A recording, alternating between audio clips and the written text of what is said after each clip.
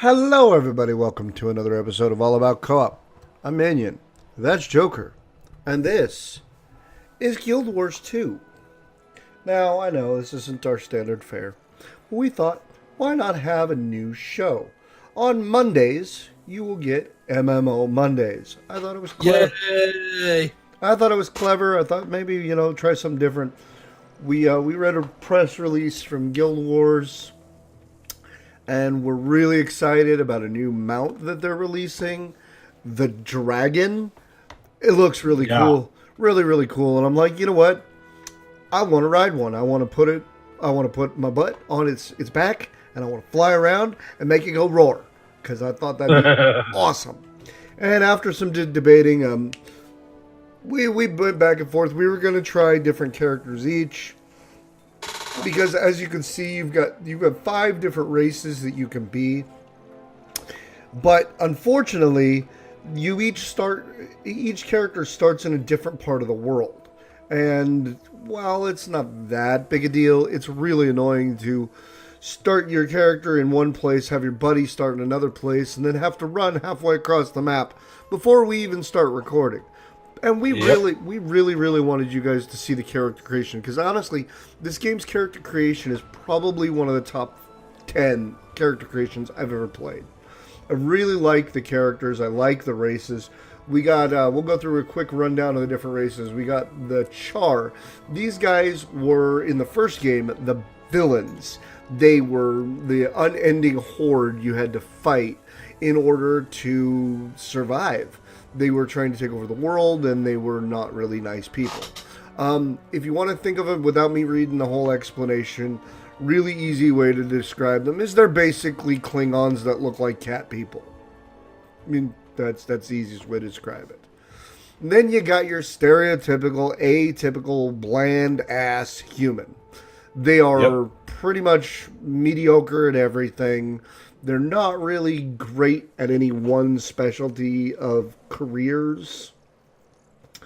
You got the Norn. These guys are humans, except for the fact that they turn into animals, which are awesome. Now, I don't know if you can do that in this game, but I know that in Guild Wars, the Eye of the North, they did that. That was the whole thing. They lived up in the snowy mountains. They would come down and they were like wisdom people, not shamans, but like the I don't even know what to call them. They lived up in the mountains, and they were like almost like isolated, and they would only come down and interact with the rest of the world once in a while. Then you got the Asura. These guys are alchemists and tech people, as far as this world goes. They are basically the tech nerds of this world. They use a combination of science and magic to make. They use golems, which are really cool. They'll fight for you. They have the unique crafting abilities for golems. You can actually make golems. And then you got the Sylvari. These guys are basically elves, except instead of elves, they're plants. It's like if a dandelion... Plant elves. Yeah. It's like if a dandelion, an oak, and an elf all had a baby together. That's what this would be. Because they're flowers and trees and people all at the same time. So that's what we're going to start as, just because I thought it was the most unique. It's one of my favorite characters. I actually have an level 80 Necromancer, and she's a boss. You summon minions, and it's great, and it's a whole hootin' good time. So we're going to go ahead and go to the next. Now, as always, I always choose a female. I like looking at them. I think it's fun. And I get to be something that I'm not in real life, which is pretty. Sorry. If you knew me, you'd know why he's laughing, because I am very, very not pretty. All right, so we're going to go through a quick rundown of the different classes. You got the typical ones. You got the warrior, you got the ranger, and you got the necromancer. They are literally what you think they are. The warrior is a big wielding sword. It smashes and it's just a tank. You got the ranger. They are your typical ranger. Bow and arrow, pew, pew, pew, stand in the back. The one cool thing I like about the ranger, as opposed to most games, they go off of a bit of a D&D thing where you can get pets. You can get little animals that'll attack for you, which is kind of cool. You know, you can get like a mountain lion that'll follow you around, and whenever you get in a fight, it'll attack. Yeah. And then you got the necromancer, as I was just saying. You summon hordes of minions. Like that's the thing. You kill somebody, you use their body to raise minions. It's fun. That's my favorite class. You got the guardians. Basically, they're paladins. They use a sword. I would say more cleric.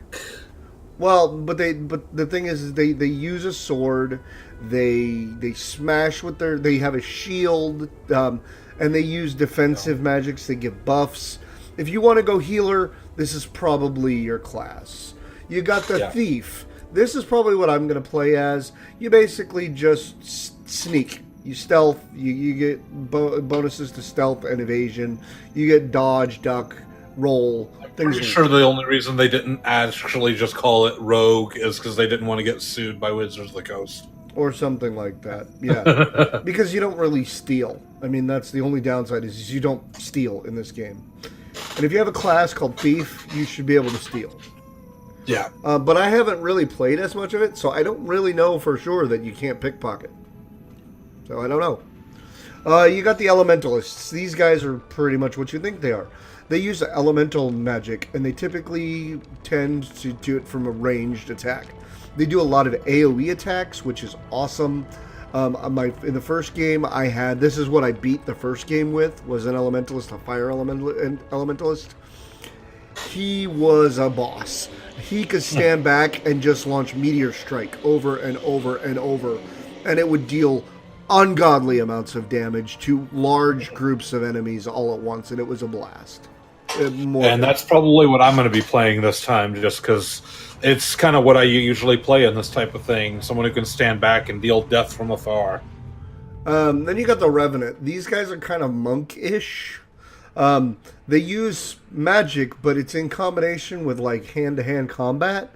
And they're all blind. Yeah, they're blind. As you can see, they're blind. They wear these weird bandanas over their face. There's actually a thing. It says you can do melee or ranged, which that's kind of weird. How do you shoot a bow and arrow if you're blind unless you got like Jedi senses? I don't know. I have one of these characters. Maybe it's they do the magic range. It's not really a bow and arrow type range. Oh yeah, possibly. And then you got the engineers. These guys basically do what you think they do. They use toolkits. They make turrets, which is awesome. You can throw a turret up and then run away, and it'll do the fighting for you. And they're fun. They're called technomancers. And that's kind of cool. And then you got the mesmers. These guys are illusionists. These guys are masters of making you see one thing and actually experiencing another. They're great. They have things like cast illusion, where you can like actually project an illusion of yourself into another area, and your opponents will actually think that's you, and they'll turn and attack. It'll aggro those guys and attack the illusion while you're attacking them from somewhere completely different. They're great. But I think I'm going to play as a thief. And then we're going to make her as tiny as possible. She's going to be... Just because, I mean... Thieves should be tiny. I mean, that's just... That's kind of cool.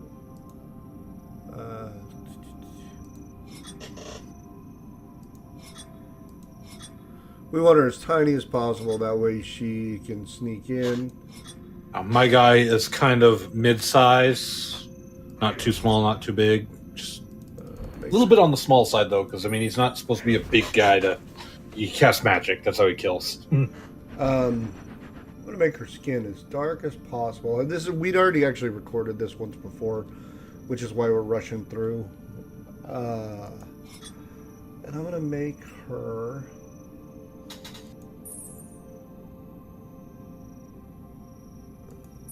That one, yeah, it was that. I thought that looked really cool skin tone-wise. And then I found this really cool spiky head thing that... Where was it? This one. Was really cool. The hair was really... The top of her head is really cool. This is basically where I had gotten to in the other recording. We'll do that.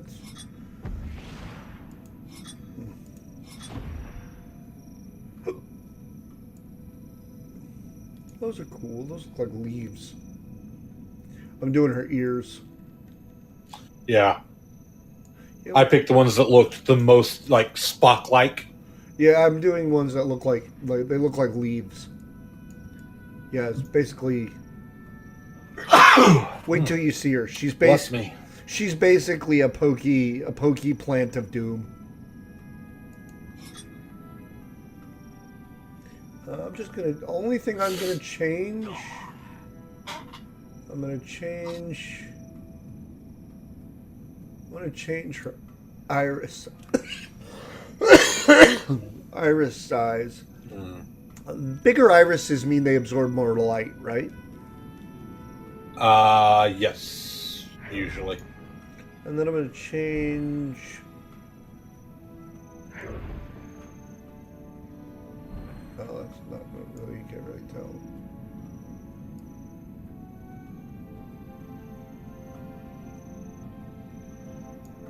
I'm going to change her eye color.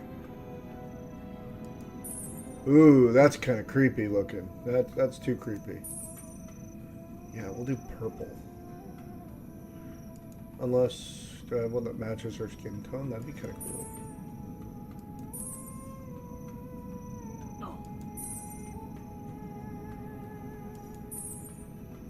Kind of matches her skin tone.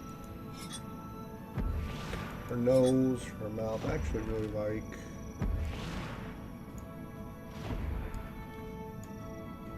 That. I think our chin looks good. Armor dyes. We want it as dark as possible.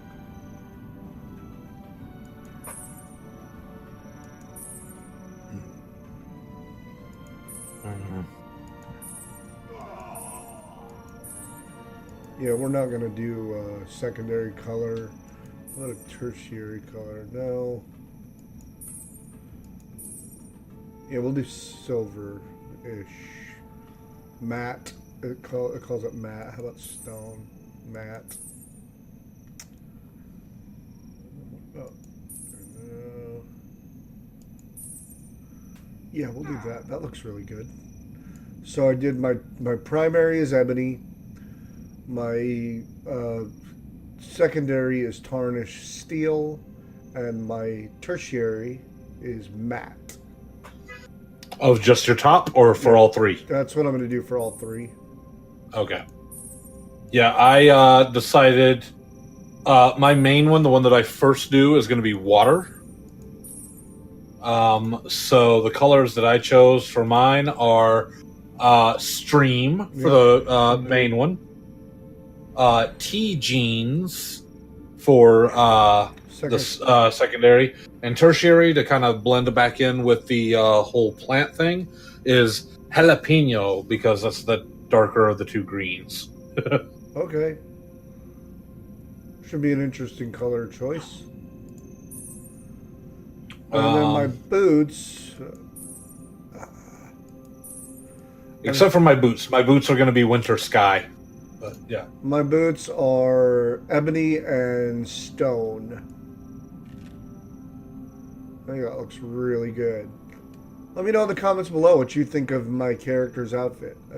As a starting outfit goes, I think it's pretty cool. I wish I could change that green emerald though.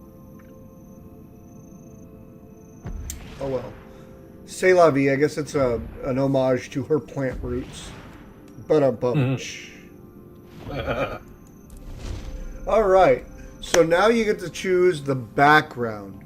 So in my line of work, it is important to understand the power of, and then we've got three options here. We got anonymity, anonymity. That's the word. Anonymity, Yeah. yes. My talent lie in the arts of stealth, infiltration, and escape. I do not draw attention to myself. To guard my identity, I hide my face behind a mask of darkness, which chooses this really weird, almost like a burqa. I don't know what they actually call that. Determination, I mean business. I'm the bruiser, the muscle, the bear. You don't want to poke. I'm the bear you don't want to poke. That doesn't sound like what you're going for. My headband keeps my vision clear no matter how physical I get. I mean, the headband looks cool, but that doesn't really fit what I want to do. And then subterfuge, which is what it was that I was before, which is a mask draws attention, an uncovered face allows people to identify you. I prefer more subtle subterfuge. A drawn hoods lets me blend into a crowd, and no one knows I was there. And that's, I think, what I'm going to go for. Trouble may follow me, but I use my blank to overcome it. You've got charm. I'm charming. No one can resist me when I'm at my best. I know just what to say to lighten the mood or bolster courage. Dignity. I am dignified, even when up to my ears in mud. It's what makes people respect me. A serious, thoughtful demeanor is the route to success. Or ferocity. I am ferocious. Threatening violence gets me further than anything else. I'm a natural, though I do try to use my powers of intimidation for good. I think I'm going to go with charm, because I think a good thief has to be able to weasel their way out of a bad situation. I wasn't sure if you were going to take that route or maybe ferocity, so that when you're backed into a corner kind of thing, but I'm taking dignity, because if I'm a magic user, I mean, that makes more sense for me anyway. Pride. As a magic user. Pride, yeah. More proud, yeah. Then I dreamed of a quest that calls me to action. It was the vision of the blank. The white stag. The white stag is a creature of enchantment, an immortal beast with great power. It is said that the stag will trade a magical boon for its freedom, if I can catch it. The Green Knight. I saw a powerful knight in green armor, his face obscured. He was defeated, but did not submit, was killed, but did not die. Dare I face him in battle? Or Shield of the Moon. The moon is a powerful symbol of healing and magic. Any who dream they're protected by the moon shall know faith and fortitude. I hope I am worthy of such a vision. I'm torn. Between? White Stag and Shield of the Moon, because both of them are like... the White Stag, according to this, says I'll get a magical boon. I mean, I'm a magic user. That's kind of what I would want. But at the same time, Shield of the moon is a powerful symbol of healing and magic. So that might be... I don't know. I'm not sure. I'm going to go with, just because it kind of feels to me like the darkness, the nighttime, stealthy, hide in shadows. Shield of the Moon? Yeah, I think I'm going to go with Shield of the Moon. Even though it probably has nothing to do with that. That's the vibe I get. Yeah. I was thinking of the Green Knight because his face was obscured. Yeah. But that seems more violence, and my character's more about sneak. Yeah. I think I'm going to go with White Stag. I believe that the most important part of Ventri's teachings is blank. We've got act with wisdom, but act. It is one thing to know what is right and another to change the world. We all have a calling. I will distinguish myself through my actions and thereby lift Tyria to a higher state of nobility. That doesn't sound like me.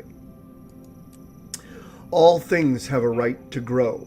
The blossom is brother to the weed. Diversity of opinion is good. Discussion is healthy. No one should be condemned simply for being different. We will stand up for the rights of all.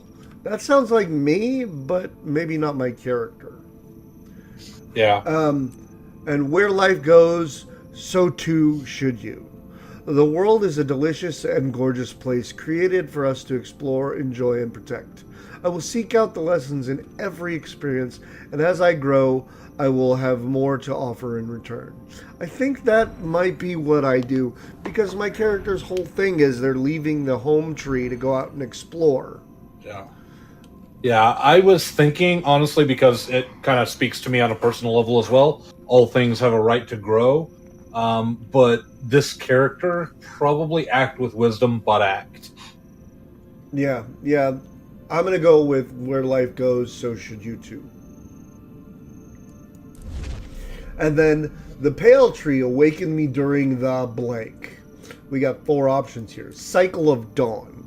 Solvari awakened at dawn are natural talkers, diplomats, and forward thinkers. We are intimately connected with our surroundings and markedly empathetic towards all, even other races. Cycle of Noon. Solvari awakened midday solve problems by attacking them head on. We are warriors, hunters, and travelers who experience life firsthand and enjoy the rush of taking risks others feel in order to truly feel alive. Wow, I cannot read. Cycle of Dusk. I'm pretty sure I'm going to be one of the next 2. Solvari awakened at dusk are naturally curious and thoughtful. We love to learn, spend time reading and studying. We are intelligent and drawn towards the luscious complexities of magic. That would be me.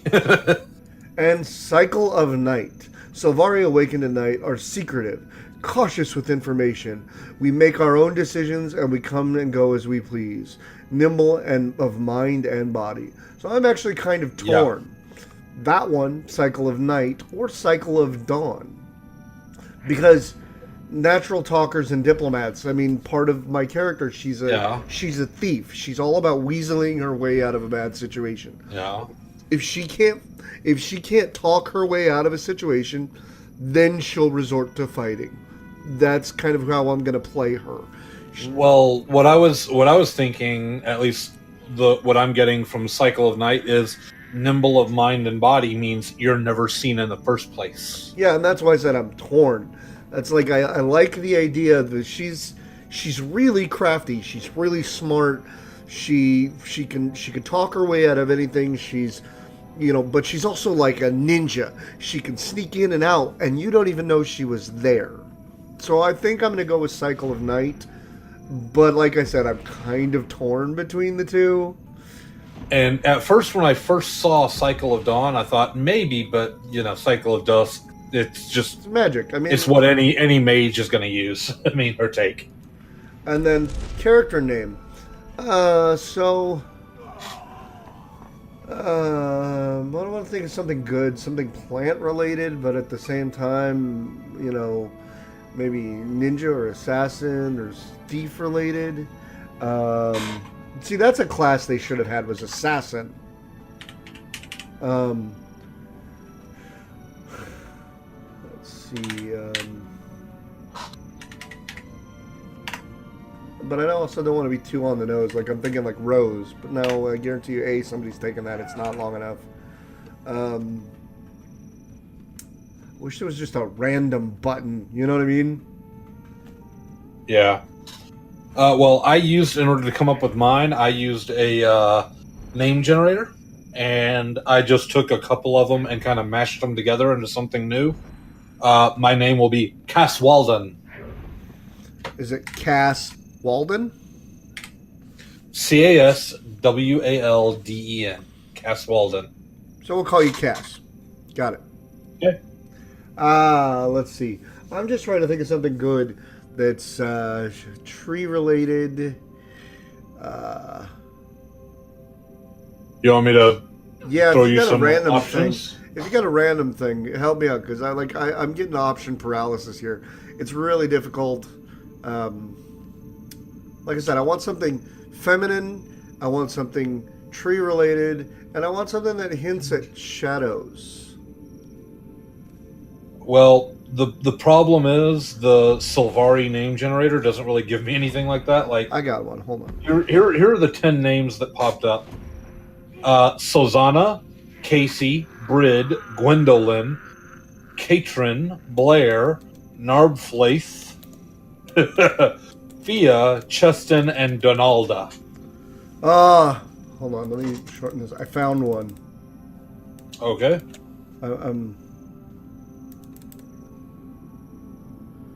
I need to make it one letter shorter.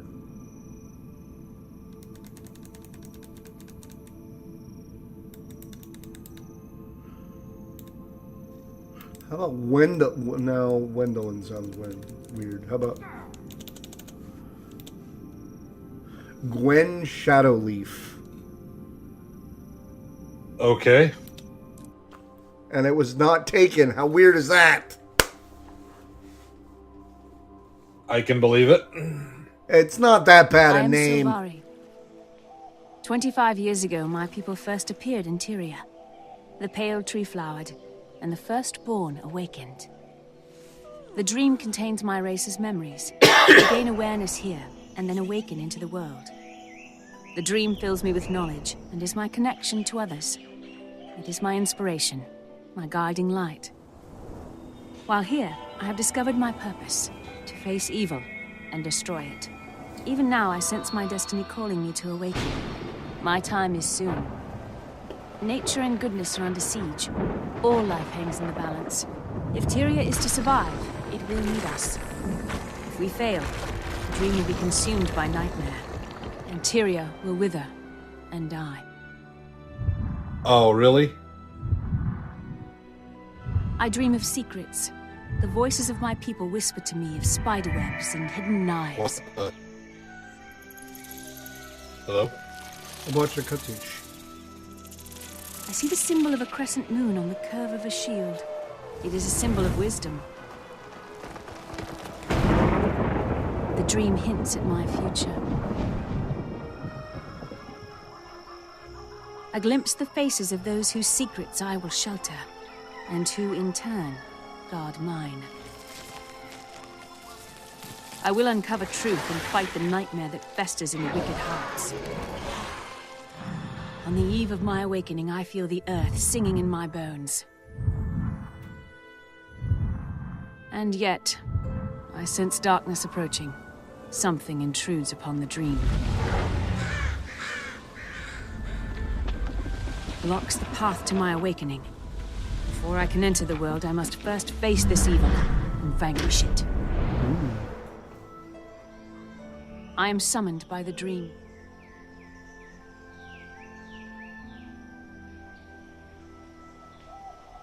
This is my story.